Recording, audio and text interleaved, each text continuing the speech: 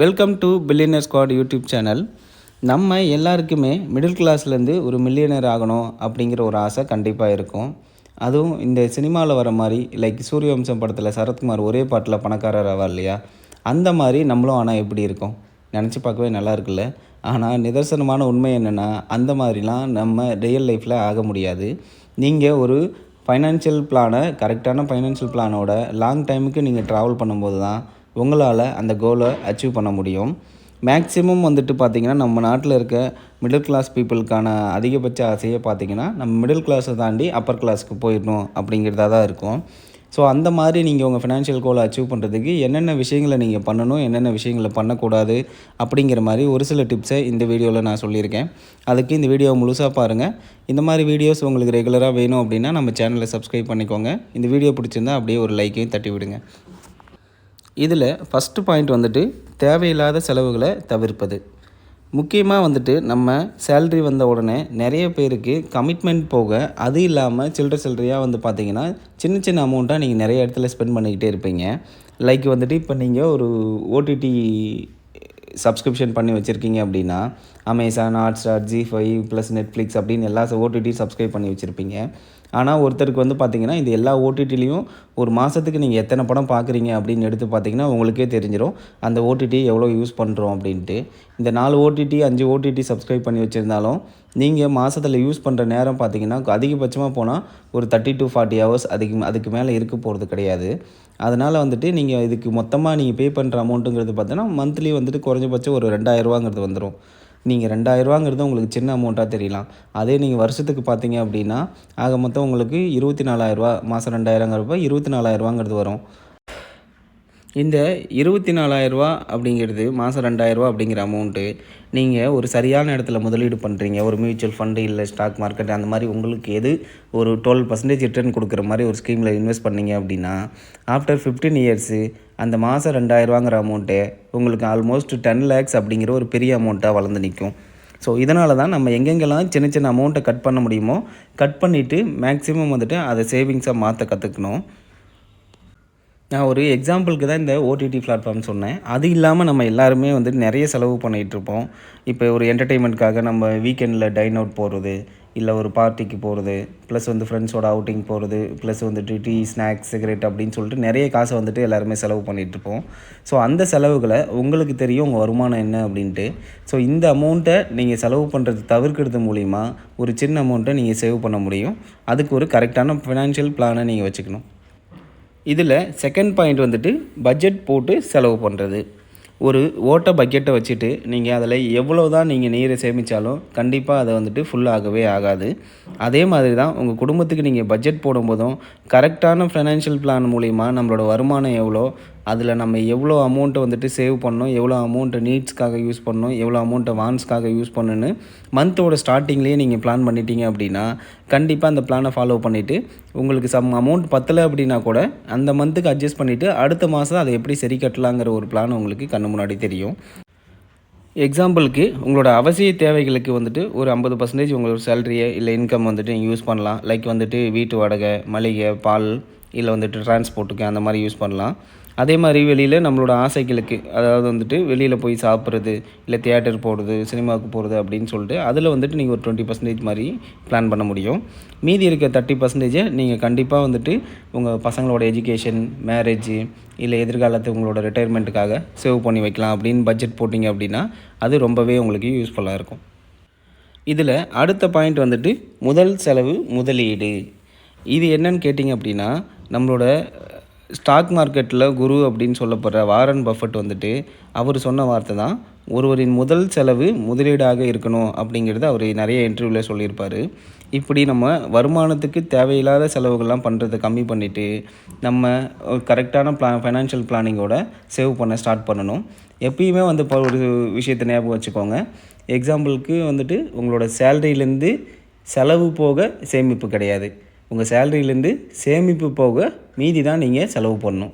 So இந்த மாதிரி plan பண்ணிங்க அப்படின்னா அது உங்களுக்கு உங்களோட ஃபினான்ஷியல் கோலை சீக்கிரமே அடையிறதுக்கு ரொம்பவே யூஸ்ஃபுல்லாக இருக்கும். நெக்ஸ்ட்டு அடுத்தவங்கள பார்த்து அவங்க பண்ணுறாங்க ஒரு விஷயத்த அப்படிங்கிறதுக்காக நாம் கண்டிப்பாக அதை பண்ணி தான் ஆகணும்னு அவசியம் கிடையாது. நம்மளில் பல பேர் வந்துட்டு நம்மளோட ரிலேட்டிவ் இல்லை வந்துட்டு பக்கத்து வீட்டில் இருக்கவங்க, இல்லை நம்மளோட ஃப்ரெண்ட்ஸு இந்த கார் வாங்கியிருக்காங்க, வீடு வாங்கியிருக்காங்க அப்படிங்கிற ஒரு விஷயத்துக்காக நம்மளும் அந்த மாதிரி பண்ணணும், ஒரு ஸ்டேட்டஸ் மெயின்டைன் பண்ணுறதுக்காக பண்ணணும்னு சொல்லிட்டு இவங்க நிறைய இஎம்ஐ ட்ராப்ஸில் போய் மாட்டிடுவாங்க. காரு, வீடு அப்படின்னு சொல்லிட்டு. உங்களுக்கு உங்களோட சேலரி என்னன்னு தெரியும். ஸோ உங்களுக்கு அதுக்குள்ளே என்ன உங்களோட லைஃப் ஸ்டைலை மேம்படுத்திக்க முடியுமோ அதை மேம்படுத்திக்கிட்டு அதுலேயே வந்துட்டு மீதி அமௌண்ட்டை நீங்கள் சேவிங்ஸில் போட்டிங்கன்னா தான் உங்களோட ஃப்யூச்சர் இப்போ இருக்கிறதோட ரொம்ப நல்லாயிருக்கும். சப்போஸ் நீங்கள் இப்போயே EMI, car loan, housing loan அப்படின்னு வாங்கிட்டு இப்போ நீங்கள் சமாளித்து ஒரு மாதம் ஓட்டுறீங்க அப்படின்னா உங்களோட ஃப்யூச்சர் பற்றி நினச்சி பாருங்கள். ஆஃப்டர் 10 இயர்ஸ் வந்துட்டு நீங்கள் லோனே தான் கட்டிகிட்ருப்பீங்க, சேவிங் ஸ்டார்ட் பண்ணியிருக்க மாட்டீங்க. ஆஃப்டர் 40, 50க்கு அப்புறம் நீங்கள் சேவ் பண்ணீங்க அப்படின்னா அது உங்களுக்கு ஒரு பெரிய பலனை தரப்போகிறது கிடையாது. அதனால் மற்றவங்கள பார்த்து நம்ம அந்த விஷயத்தை பண்ணோம் அப்படின்னு நினச்சோமா கண்டிப்பாக நம்ம ஃபினான்ஷியலாக ஃபெயிலியர் தான் ஆகும். ஸோ உங்களோட ஃபினான்ஷியல் ஜர்னியை நீங்கள் இப்போவே ஸ்டார்ட் பண்ணுங்கள். நெக்ஸ்ட்டு நம்மளோட ஸ்கில்ஸை டெவலப் பண்ணிக்கிறது. ஸ்கில்ஸை டெவலப் பண்ணிக்கிறது அப்படின்னா, இப்போ நம்மளோட சம்பளம் ஒரு 20,000 30,000 ரேஞ்சில் இருக்குது அப்படின்னா, இதை வச்சுக்கிட்டு என்னால் மாதம் வந்துட்டு 20,000 30,000 அப்படியே சேவ் பண்ண முடியாது. என்னால் ஒரு மாதம் 3,000லேருந்து 5,000 தான் சேமிக்க முடியும் அப்படின்னா, நீங்கள் அதை சேவ் பண்ண ஸ்டார்ட் பண்ணிடுங்க. அதே டைமில் வந்துட்டு சைடில் நீங்கள் ஒர்க் பண்ணுற அதே ஃபீல்டில் உங்களுக்கு ஒரு நாலேஜ் இருக்கும். அதை எப்படி நீங்கள் உங்கள் கரியராக மாற்றிக்கிட்டு உங்களுக்கு அதில் அடுத்த லெவல் போகிறதுக்கு தேவையான கோர்சஸ் பண்ணலாம், இல்லை வந்துட்டு எக்ஸாம்ஸ் எழுதலாம், இல்லை உங்களுக்கு அடுத்து ஒரு டிகிரி தேவைப்படுதுன்னா அதை நீங்கள் சைடில் படிச்சுட்டு உங்களோட ஜாபில் அடுத்த லெவலுக்கு போகிறதுக்கான வேலையை, உங்களோட இன்கம் இன்க்ரீஸ் பண்ணுறதுக்கான வேலையை பார்த்தீங்க அப்படின்னா ஆட்டோமேட்டிக்காக உங்களுக்கு 2-3 இயர்ஸ்லேயே இது உங்களுக்கு ஒரு நல்ல பலனை கொடுக்கும். உங்களோட ஃபினான்ஷியல் கோலை இந்த மாதிரி பிளான் பண்ணி நீங்கள் ஈஸியாக அச்சீவ் பண்ணலாம். இதில் நெக்ஸ்ட்டு ஐடியா என்னென்னு கேட்டிங்க அப்படின்னா, நீங்கள் ஒரு பேசிவ் இன்கம் வந்துட்டு ஜென்ரேட் பண்ணுறது. இப்போ வந்துட்டு நம்மளோட வருமானத்தை வச்சு தான் ஃபேமிலியே ரன் ஆகுது அப்படின்னா, நமக்கு செகண்ட்ரியாக ஒரு இன்கம் இருந்தால் நமக்கு ரொம்பவே சப்போர்ட்டிவாக இருக்குது இல்லையா? இப்போ நீங்கள் இருக்கீங்க, இல்லை உங்களோட ஒய்ஃப் இருக்காங்க அப்படின்னா அவங்களோட பேஷன் இல்லை அவங்களுக்கு என்ன பிடிக்கும் அப்படின்னா அதை வச்சு அது மூலிமா ஏதாவது இன்கம் ஜென்ரேட் பண்ண முடியுமான்னு பாருங்கள். இல்லை உங்களுக்கு ஃப்ரீ டைம் இருக்குன்னா, எக்ஸாம்பிளுக்கு நீங்கள் சின்னதாக பண்ணலாம். பெருசாக பிஸ்னஸ் ஆரம்பிக்கணும், பிஸ்னஸ் ரன் பண்ணணும்லாம் கிடையாது. எக்ஸாம்பிளுக்கு நீங்கள் பக்கத்தில் டியூஷன் எடுக்கலாம், இல்லை வந்துட்டு ஒரு பார்ட் டைம் ஜாபுக்கு போகலாம், இல்லை ஒரு யூடியூப் சேனல் ஆரம்பித்து இது மூலிமா வந்துட்டு உங்களுக்கு இருக்க நாலேஜை அந்த ஃபீல்டில் இருக்கவங்களுக்கு உங்களுக்கு நாலேஜை கொடுக்க முடியும். இந்த மாதிரி சின்ன ஒர்க் பண்ணுறது மூலிமா உங்களுக்கு அடிஷ்னலாக ஒரு அமௌண்ட் வந்து உங்களுக்கு சேரும். அது உங்களுக்கு சீக்கிரமாக நீங்கள் பணக்காரர் ஆகிறதுக்கான உதவியை பண்ணும். அடுத்து உங்களோட ரிட்டையர்மெண்ட்டுக்காக இப்போவே சேவ் பண்ணி வைக்கிறது. நீங்கள் இப்போ ஒரு நல்ல வேலைக்கு போயிட்டுருக்கீங்க, உங்களுக்கு ஃபேமிலி இருக்குது.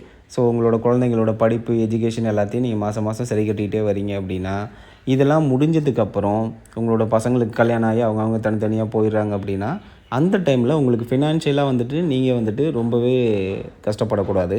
அதனால் நீங்கள் முன்னாடி இருந்தே ஒரு அமௌண்ட் வந்துட்டு என்னோடய ரிட்டையர்மெண்ட்டுக்காக அப்படிங்கிற மாதிரி நீங்கள் எடுத்து வைக்கிற மாதிரி இருக்கும். இப்போ எக்ஸாம்பிளுக்கு இப்போ நமக்கு ஒரு 50 லட்ச ரூபா கையில் இருக்குது அப்படின்னா, நீங்கள் அதே ஒரு 20 வருஷம் கழித்து நீங்கள் உங்களோட இன்ஃப்ளேஷன் ரேட்லாம் போக உங்களுக்கு இந்த டைமில் வச்சுருக்க 50 லட்சங்கிறது பார்த்திங்கன்னா ஒரு வருஷத்துக்கு உங்களுக்கு செலவு கரெக்டாக இருக்குன்னு வச்சுக்கோங்களேன். அதே நீங்கள் 20 வருஷம் கழிச்சு உங்களுக்கு குறைஞ்சபட்சம் 3.5 கோடி ரூபாங்கிறது ஒரு 1 இயருக்கான செலவுக்கு தேவைப்படும் அப்படின்னு வச்சுக்கோங்க. அதை நீங்கள் இன்ஃப்ளேஷனை கால்குலேட் பண்ணி உங்களோட ரிட்டையர்மெண்ட் ஃபண்டை நீங்கள் பிளான் பண்ணணும். அப்போ தான் வந்துட்டு மாதம் நீங்கள் ஒரு அமௌண்ட் எடுத்து வைக்க தான் போகிறீங்க. பட் என்னென்னா அதில் நீங்கள் எங்கே இன்வெஸ்ட் பண்ணுறீங்க, எதில் போட்டு வைக்கிறீங்கிறது ரொம்ப முக்கியம். இந்தியாவை பொறுத்த வரைக்கும் 6 to 7% இன்ஃப்ளேஷன் அப்படின்னா, நீங்கள் ஒரு எஃப்டியில் போடும்போது உங்களோட அமௌண்ட்டுங்கிறது பார்த்திங்கன்னா ரொம்ப நார்மலான வளர்ச்சியில் தான் இருக்கும். ஸோ உங்களுக்கு ரிட்டையர்மெண்ட் ஆகிறதுக்கு நிறைய ஸ்கீம்ஸ் இருக்குது. பென்ஷன் பிளானு, இல்லை மியூச்சுவல் ஃபண்டு, அந்த மாதிரி நிறைய விஷயங்கள் இருக்குது. அதை நீங்கள் ரிசர்ச் பண்ணி உங்களுக்கு எது செட் ஆகுமோ அதில் உங்களோட அமௌண்ட்டை சேஃபாக இன்வெஸ்ட் பண்ணிவிட்டு உங்களோட ரிட்டையர்மெண்ட் காலத்தில் நீங்கள் லைஃப் வந்துட்டு ஹாப்பியாக லீட் பண்ண முடியும். நம்ம பிறக்கும்போது நம்ம மிடில் கிளாஸில் பிறக்கக்கூடாது, பணக்கார வீட்டில் தான் பிறக்கணும் அப்படிங்கிற ஒரு விஷயத்த நம்மளால் டிசைட் பண்ண முடியாது. நீங்கள் பிறந்ததுக்கப்புறம் சரியான பிளான் பண்ணுறது மூலிமா வேலைக்கு போய் உங்களோட ஃபஸ்ட் இன்கம் வந்ததுக்கப்புறம் கரெக்டான பிளான் பண்ண ஆரம்பிச்சிங்க அப்படின்னா நீங்கள் அந்த மிடில் கிளாஸ்லேருந்து அப்பர் மிடில் கிளாஸ், அதுக்கடுத்து வந்துட்டு அடுத்த லெவலான மில்லியனர், அந்த மாதிரி உங்களோட தரத்தை உயர்த்திக்க முடியும். சரியான திட்டமிடல் வந்துட்டு உங்களுக்கு இதுக்கு ரொம்பவே உதவியாக இருக்கும். இந்த வீடியோ உங்களுக்கு ரொம்பவே யூஸ்ஃபுல்லாக இருந்திருக்குன்னு நினைக்கிறேன். இந்த வீடியோ உங்களுக்கு பிடிச்சிருந்ததுன்னா நம்ம சேனலை சப்ஸ்கிரைப் பண்ணிவிட்டு அப்படியே ஒரு லைக்கை தட்டி விடுங்க. இந்த மாதிரி ரெகுலரான வீடியோஸ்க்கு நம்ம சேனலை ஃபாலோ பண்ணிக்கோங்க. தேங்க்யூ ஃபார் வாட்சிங்.